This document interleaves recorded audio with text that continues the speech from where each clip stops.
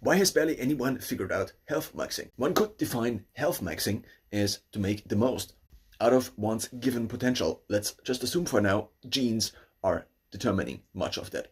You can look on YouTube. Some people are into lifting, some people are into sprinting, some people are into swimming, but one rarely ever finds one person which is doing all at the same time, and also very well. One obvious reason for this is that given resources, one can only optimize for so many things at the same time. Ideally, one only optimizes for one thing.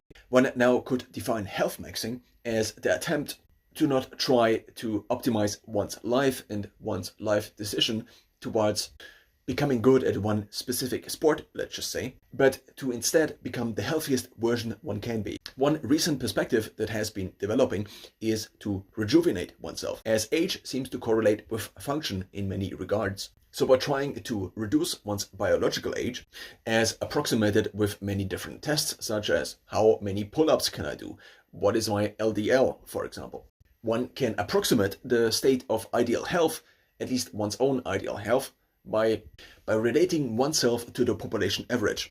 While this idea seems to have many advantages, one being that many people already have an idea that an 80-year-old probably does not sprint as fast as Usain Bolt in his peak, but an actual 18-year-old might be closer to this. So the intuitive understanding of aging and also potentially de-aging works to the advantage of this perspective.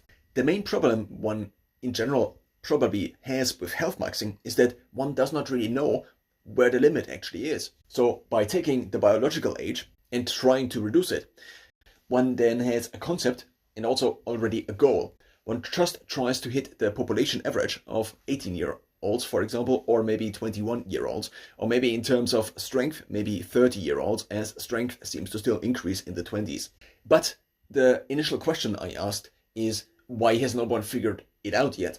There seem to be so many benefits, at least in theory. If I assume that my body is an engine and the cardiovascular system is driving most of this engine, then I could assume to a certain extent that by increasing the proxy for the function of this system, in this case VO2 max, as a proxy for the function of the cardiorespiratory system, that by taking this value and then potentially doubling it or also increasing it marginally, that the function of my system in general increases. Since my brain, for example, is connected to the system, I could now assume that similarly to how a car that has an engine that is twice as powerful or marginally more powerful is also able to, let's just say, drive faster or also accelerate faster.